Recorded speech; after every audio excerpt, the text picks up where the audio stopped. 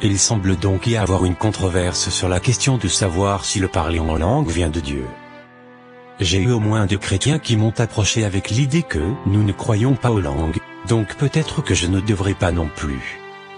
L'idée que parler en langue ne vient pas de Dieu est ridicule. Certains vont même jusqu'à dire que les langues sont du diable. Ma femme a été baptisée du Saint-Esprit avec l'évidence du parler en langue. Il y a de nombreuses années, cela s'est fait sans effort. Aucun homme ou femme ne lui a imposé cette pratique. Elle regardait un programme à la télévision quand elle a senti la présence du Saint-Esprit entrer dans la salle.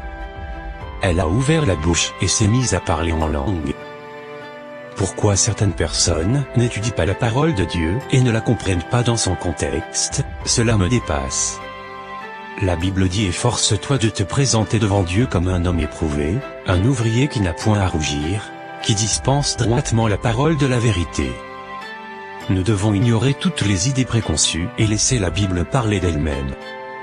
La première question que nous devons nous poser est: le don de parler en langue est-il biblique? La réponse à cette question est oui. Bien que certaines personnes disent que ce n'est pas le cas, la Bible en parle clairement.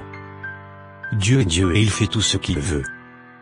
Pourquoi a-t-il choisi d'utiliser le don des langues? Je ne peux même pas essayer de répondre à cette question. Il a une raison pour tout ce qu'il fait. Ils parleront de nouvelles langues. Ainsi, les langues sont assurément bibliques et font partie des dons de l'Esprit. Paul déclare même que lui-même ne parlait pas seulement en langue, mais qu'il en parlait plus que tous ceux de l'église de Corinthe. Il l'a dit dans 1 Corinthiens 14, 18, « Je rends grâce à Dieu de ce que je parle en langue plus que vous tous ». Cela suggère fortement que Paul parlait beaucoup en langue et nous indique que nous devrions le faire. Il dit encore, « Je désire que vous parliez tous en langue ». 1 Corinthiens chapitre 14, verset 5. Paul dit clairement que tous devraient parler en langue. C'est un don merveilleux qui vous donne plus de puissance, de feu dans la prière, et plus de force dans votre vie de foi. 1 Corinthiens 14, verset 39. Ainsi donc, frères, aspirez au don de prophétie, et n'empêchez pas de parler en langue.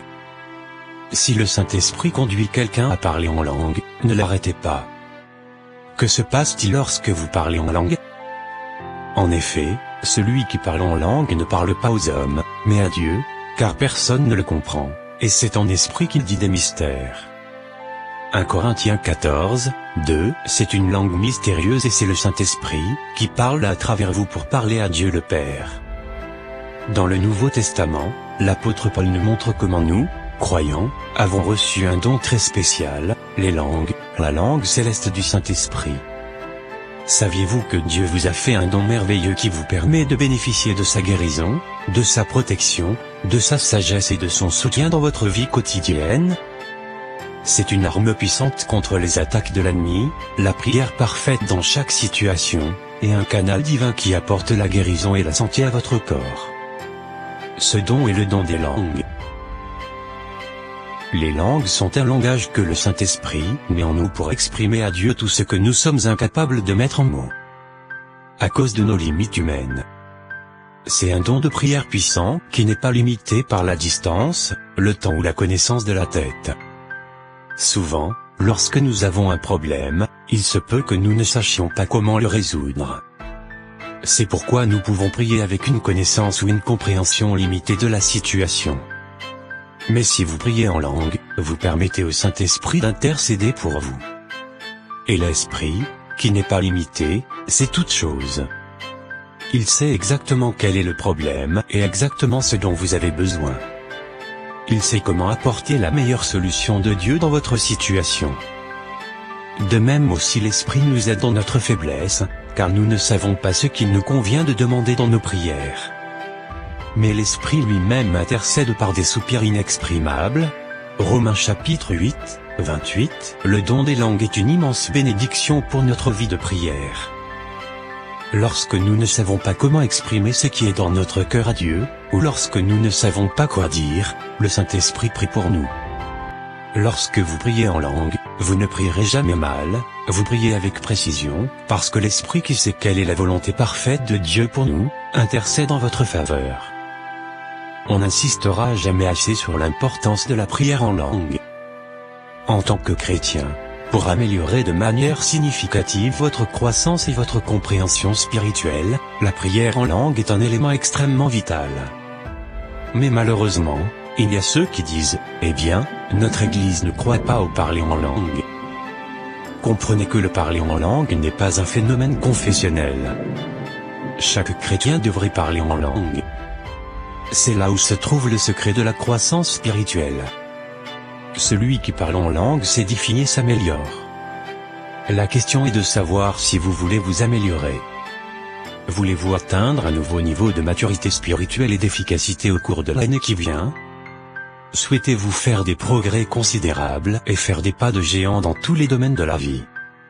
Le parler en langue vous aidera.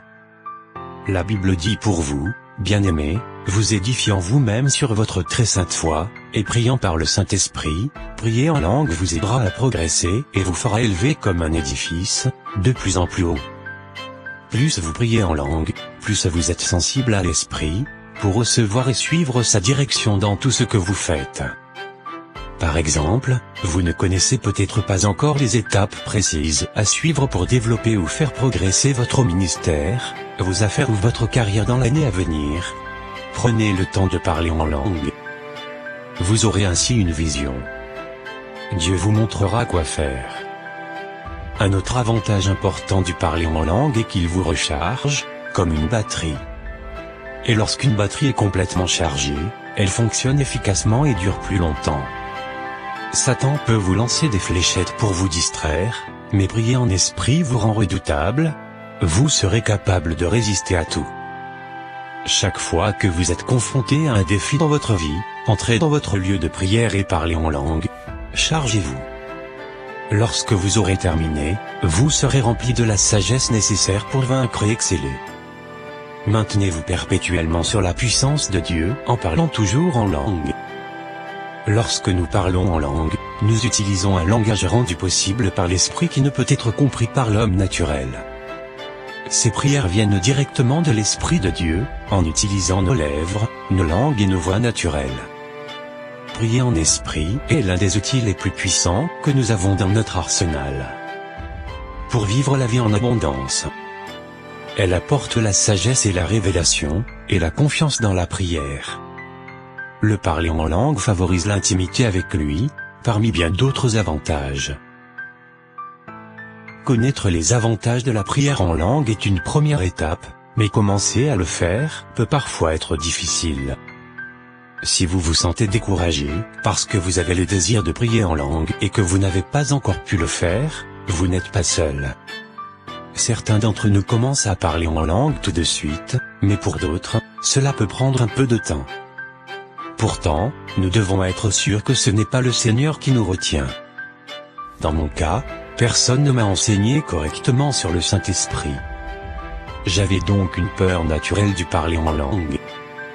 C'était comme si j'avais un blocage mental, même si je le désirais. J'ai vraiment lutté pour surmonter ces choses.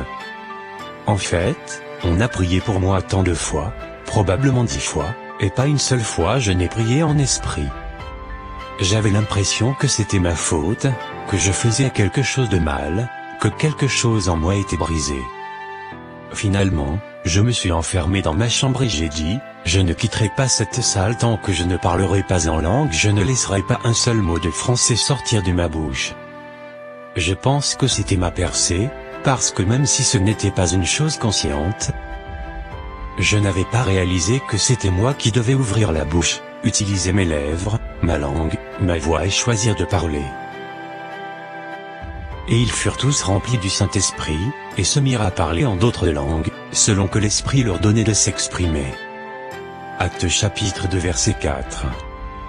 Le Saint-Esprit ne s'imposera pas à nous. Nous devons choisir de nous exprimer, dans la foi. Actes chapitre 2, 4 dit que les personnes présentes à la Pentecôte ont commencé à parler. Ils ont parlé, mais l'Esprit leur en a donné la capacité. Si vous avez fait le premier pas en demandant à Jésus de vous baptiser du Saint-Esprit, alors il vous a donné la capacité dont vous avez besoin. Maintenant, dans la foi, il est temps pour vous de commencer à libérer les paroles spirituelles qu'il a placées en vous. Certaines personnes peuvent commencer avec quelques petites syllabes. C'est exactement ce que j'ai fait, alors que j'étais assis sur mon lit. J'ai commencé par de tout petits sons, et je me suis dit, qu'est-ce que c'est? Eh bien, cela peut être comme un petit enfant qui apprend à parler. J'ai parlé babillage spirituel du bébé pendant un moment, mais je l'ai fait avec foi. Ma tête a essayé de me dire que je l'inventais, que ce n'était pas réel, et même que je le faisais mal. J'ai dit au Seigneur, je ne sais pas si c'est vraiment les langues. Cela ne semble pas très sophistiqué. Mais j'ai continué à prier en esprit, dans la foi, et finalement ces petits sons et syllabes se sont transformés en mots. Et ces mots se sont transformés en phrases. Faites confiance au Seigneur, et continuez. Quand nous prions en langue, le Saint-Esprit sonde nos cœurs et prie précisément selon la volonté de Dieu. C'est une prière parfaite.